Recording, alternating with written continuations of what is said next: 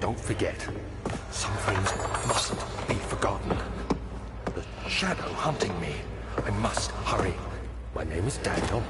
I live in London at Mayfair. What have I done? This is crazy. Don't forget. Don't forget. I must stop him. Focus. My name is... I am Daniel.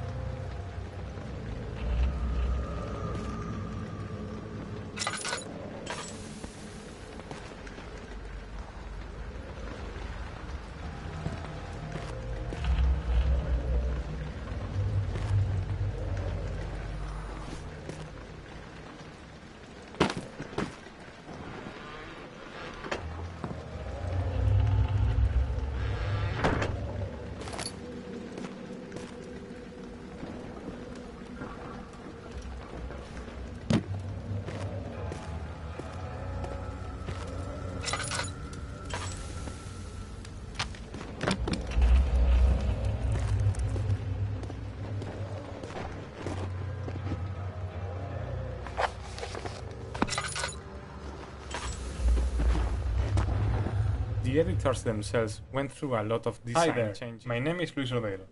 I'm mostly the tool programmer, level scripter at times, and perhaps the main reason why the rest of the core team at Fictional Games is pretty much forced to speak English at our internal meeting, as I am the only non-Swede here.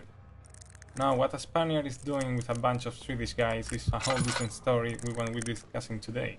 By the way, I will be talking mostly about tools and scripting. Hope you like it.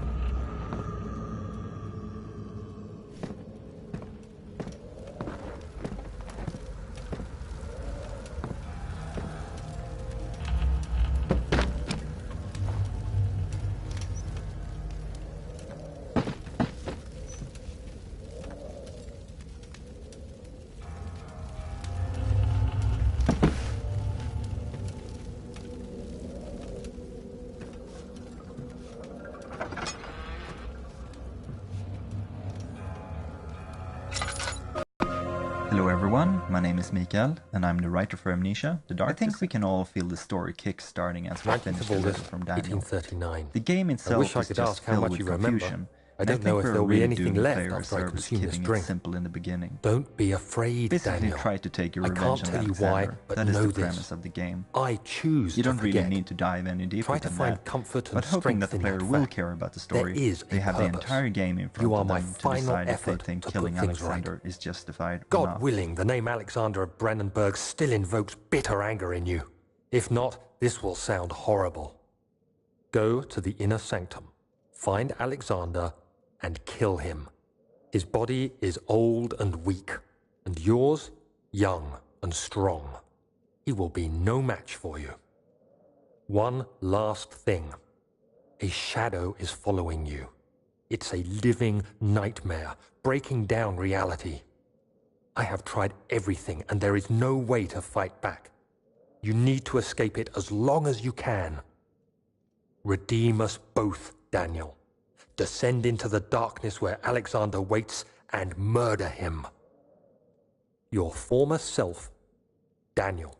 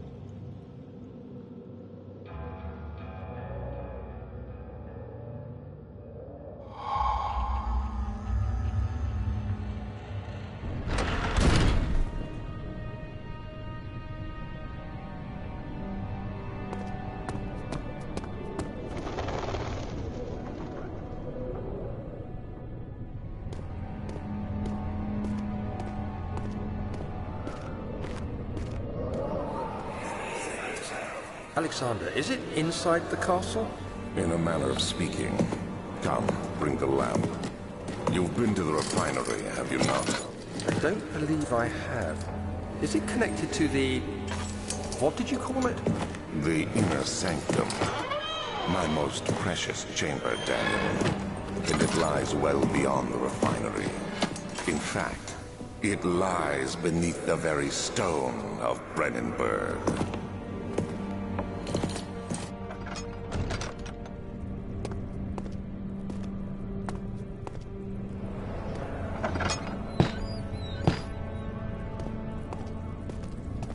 This is one of the many hub levels in the game, and this is a design concept that we started out with in Penumbra. The idea is to give the player some freedom on where to go, but at the same time give a clear objective. In this level, the slime obstacle is a thing that the player needs to get past, and all other levels then have things needed to do so. The slime itself is one of the few puzzles left from the initial designs, and the one I'm probably the least proud of. Now that slime appears all around, it feels a bit forced that you need to have a potion on the slime. Many testers also complained that they wanted other options in getting rid of the slime, like burning it. However, creating a potion is the central theme for this hub, so we had to let it be. I don't think it's that bad, but we probably could have redesigned it if we had the time.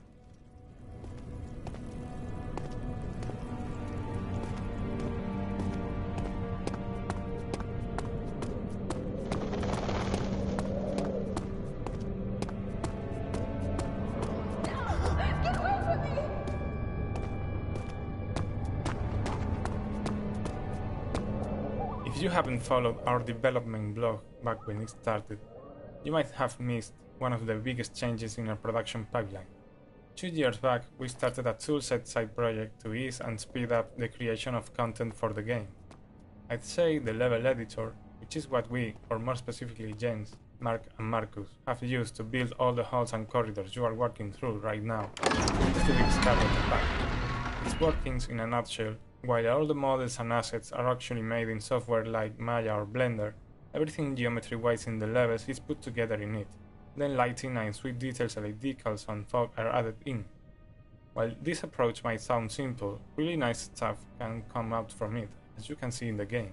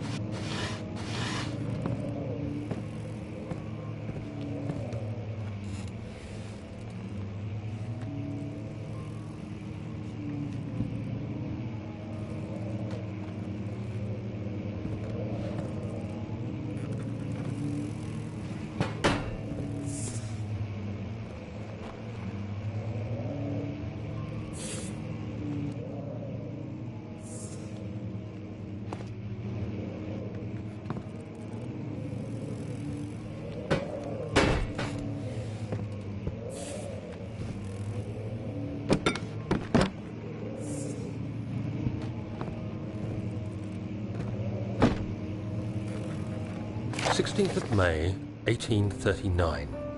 The unflinching African sun has continued to plague our expedition, making it impossible to dig until dusk. How Professor Herbert managed to find the location in these vast plains of nothingness remains a mystery to me. When I asked him about the tomb again, he told me about the legend of Tin Hanan, the mother of us all. An interesting story in its own right, but I can't help feeling there's more. Later that evening, we uncovered a passage beneath the dunes leading to a sand-covered stone structure. The professor was confident it was the tomb we sought and ordered the others to clear the way late into the dark, cold night. Tomorrow, I shall lead the men into the ancient structure, hoping to reach the burial chamber. No matter what the professor is keeping from me, the dig should yield something interesting to take back to London and the British Museum.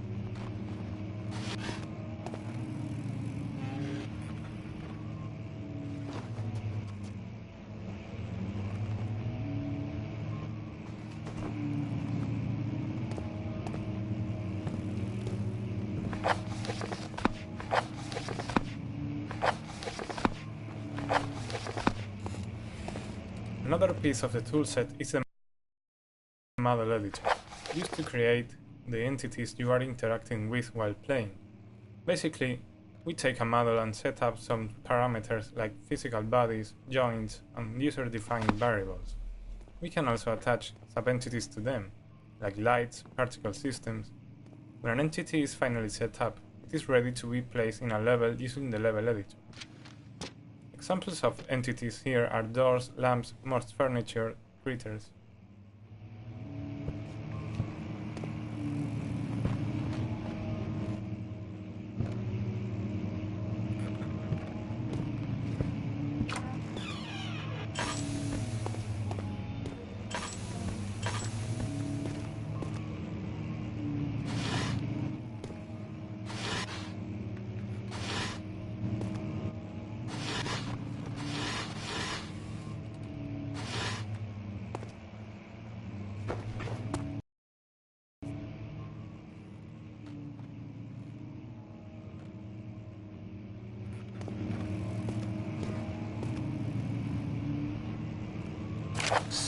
May 1839. My hands tremble as I write. I feel a need to document my tribulation, for I fear that my memory will fail me if I linger. Today, I took some men and ventured into the dark, ancient passage we uncovered. Our torches burned faintly in the murky air as we slowly made our way underground. The men were superstitious and fearful. They argued loudly, and I felt their strange language getting to me. I mustered my strength and yelled at them to continue down the slopes and broken steps. The crudely carved passage confused me. It looked much older than the 4th century structure we had expected. The twisting path emerged into a great antechamber.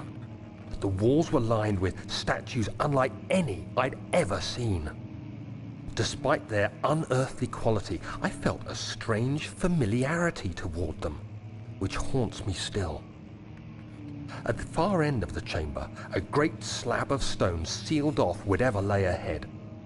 I gave the order to raise it, and as I pushed through the narrow space, the heavy stone suddenly dropped, sealing me inside. I was trapped.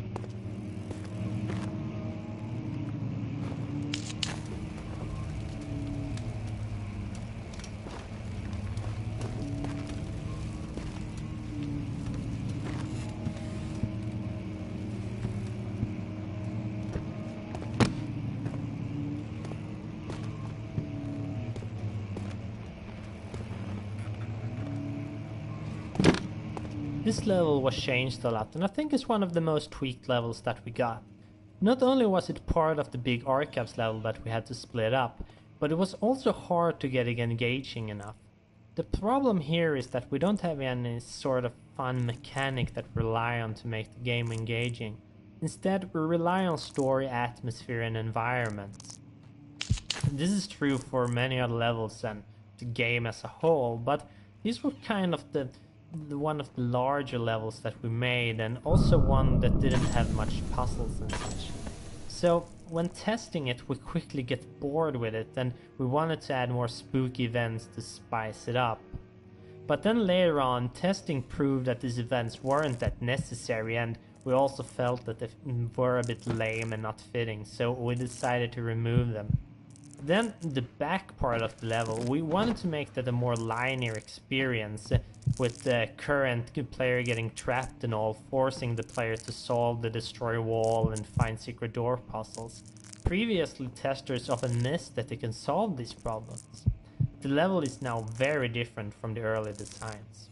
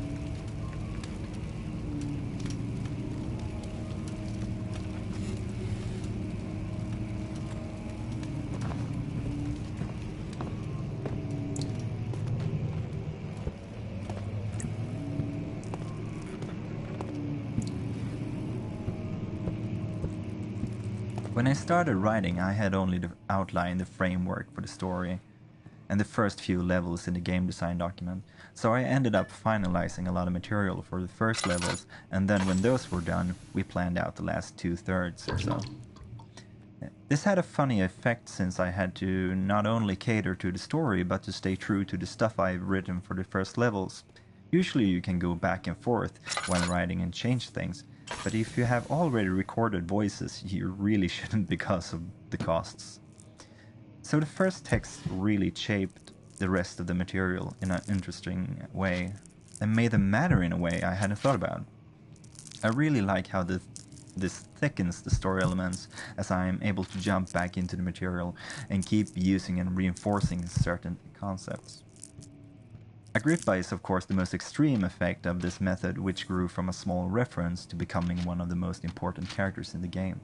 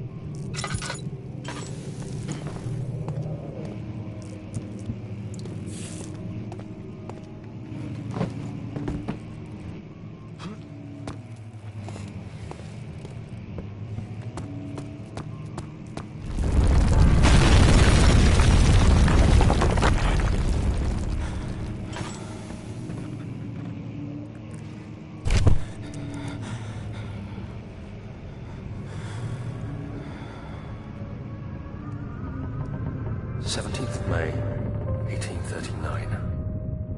After pounding the unforgiving stone wall for what seemed like an eternity, I realized it was hopeless. I was trapped. I fell to the ground, gasping for air, trying to focus. That's when I saw a faint blue shimmer. My weakened body was heavy to carry, but I managed to push myself toward the enchanting light.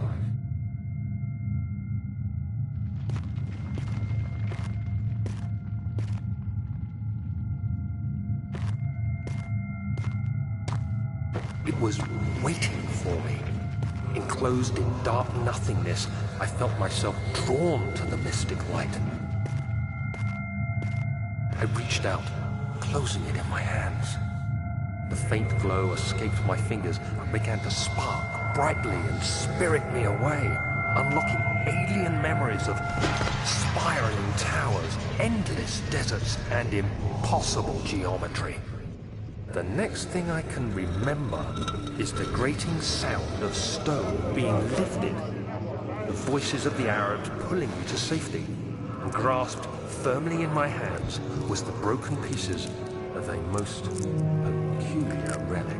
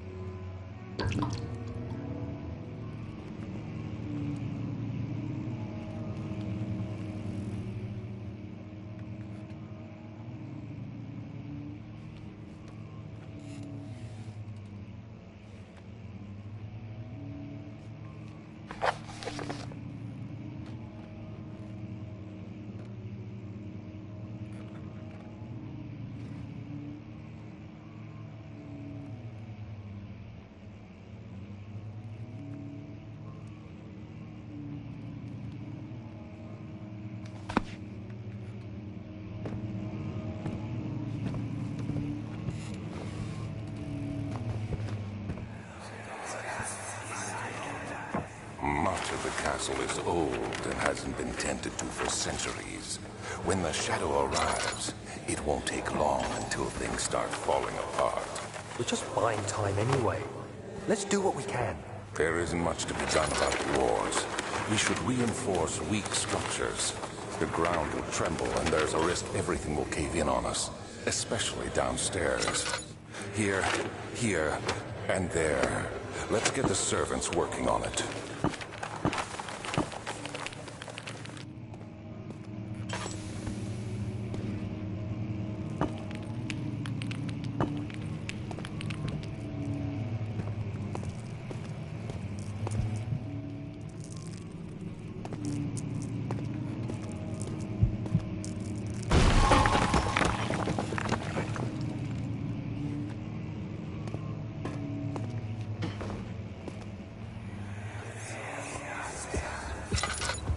You have to be swift when you activate the first one.